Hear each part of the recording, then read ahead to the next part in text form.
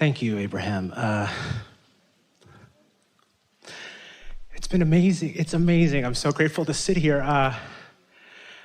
You sort of exploded into that moment. There was something about what just happened that got your juices flowing. Let's talk about it. So I've been meditating regularly. I found you and been listening like nonstop on YouTube. It's amazing to see you moving. It's not a photo of a landscape.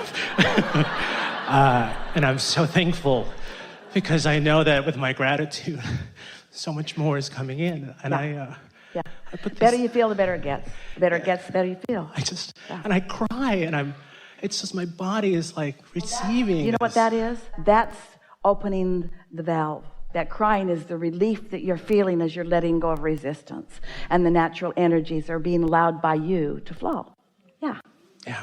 I did a 14-year marriage, and I sat in the car driving going, God, I need a sign. I'm doing the work. Do I stay? Do I leave? You know, a brick hit the windshield on my partner's side of the car. And I was afraid that, like, what does that mean? It wasn't a text that said stay or leave. It was just, you know, because I was afraid to own a bigger life. And now I am. And, you know, I put all these things on my vision board, and a bunch of them happened so quickly in my mind that I thought was so quick. Yeah. And they were like... A vision board's a sneaky way to let things happen because it feels like it's a game. And when you put things on it, it causes you to focus upon what you want, and then the universe kicks into high gear. And because you thought it was a game, you let them in. And then when you find the vision board buried behind the coats in the closet and you say, holy cow, everything on this vision board has happened. I was picking up pieces that fell off. I'm like, oh my God, that happened. Oh my God. And I got this, and here's this thing. So I want to stay in gratitude, this thing. And so from what you've heard, you came with some things going on, and then you listened intently as we've been talking here. And so at this moment in time, where do you want this conversation to go? In other words, where are you, and what do you want to profess from your now point of knowing? From my now point of knowing, I feel the part of, there's a story that wants to pinch because I want to complain that I got 2 covers of this major magazine or newspaper, but it wasn't exactly the thing I wanted. But I got the New York Times twice in like 2 weeks. And it's for transformational work I'm doing. And I'm also a comedian, and I wanted it to be like Tonight Show, you know?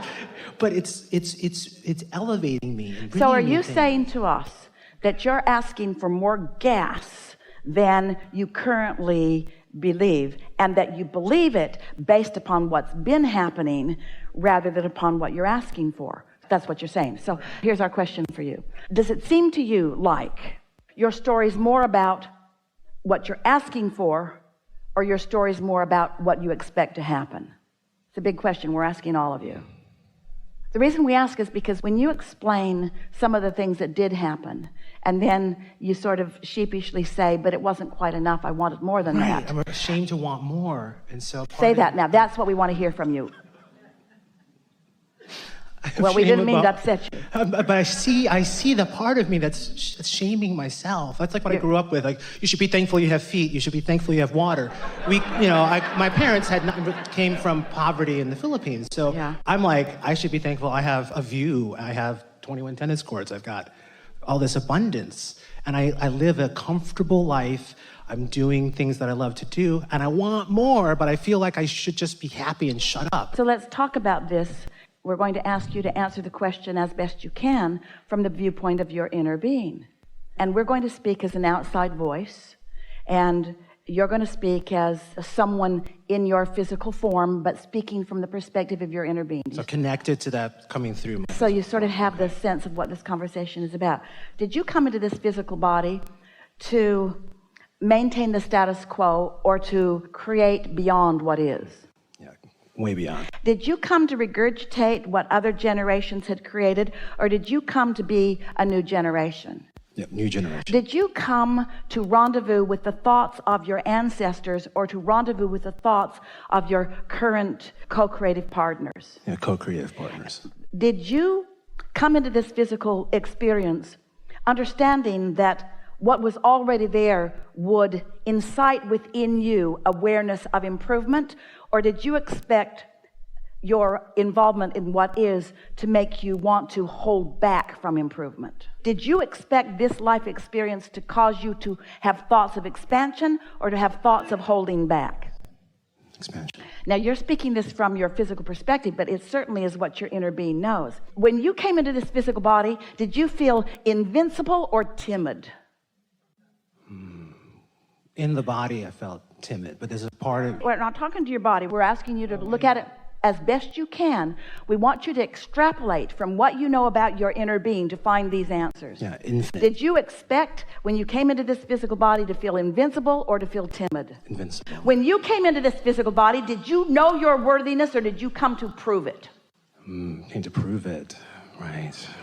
Right. There's this conversation. What does your inner being say to you about it?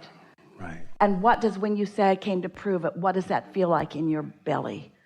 I came to prove it? No, I came to live it. I came to be it. I came because I am it. And I came to live some diminishment in order to know that diminishment is not my path. I came as a leader of my people and lots of people's. I came to thrive, to teach through the clarity of my own example. I didn't come to cower and suffer and join the ranks of those who don't know. I came to thrive and prosper and be among the ranks of those who do know. I came to test the boundaries of the universe. I came to ask non-physical energy to flow in the direction of what I choose. That's how worthy I know myself to be. Yeah. So it's no wonder that when you come across a thought that I should not light up a fire feature, I shouldn't do it, that's asking a lot. It's 20 feet long and the flames are this high. It's like Disneyland. Not really. It's just so beautiful and it wastes gas. Nobody's cooking over it. It's not warming anyone. It's just out there in the atmosphere. It's there for only one reason: my pleasure. Do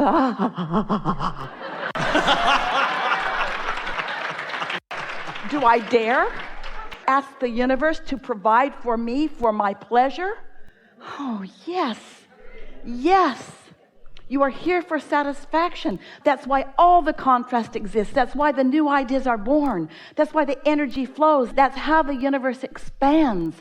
If it were not for your ability to compare and decide and desire, there would be nothing new that is moving and all would cease to be. You must continue to expand. It is your birthright. It is your responsibility. It is what you were born for. And that's why those other thoughts feel so screwy, because they are. Right. Oh God. And that's spectacular. All right, so here's the rub. Yeah, here's this thing coming. Don't try to explain it to your parents. Or anyone that's not on board. They all got it. Yeah.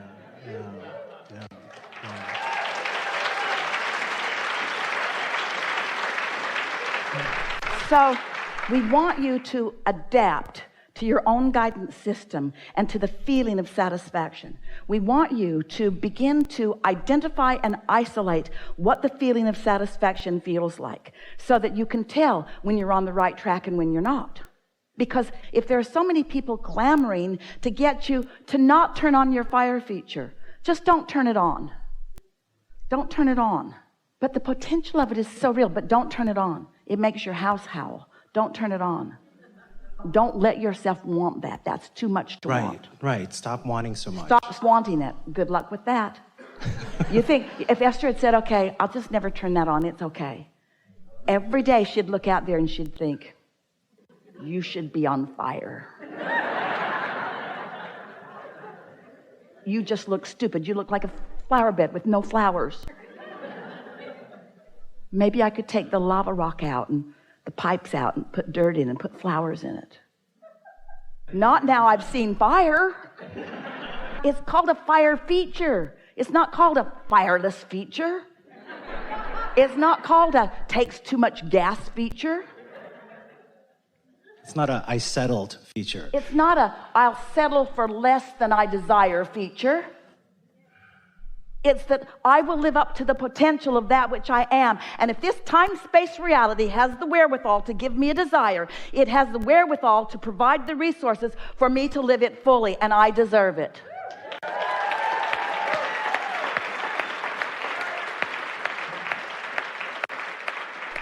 And you do, and you're just getting started, and oh wow.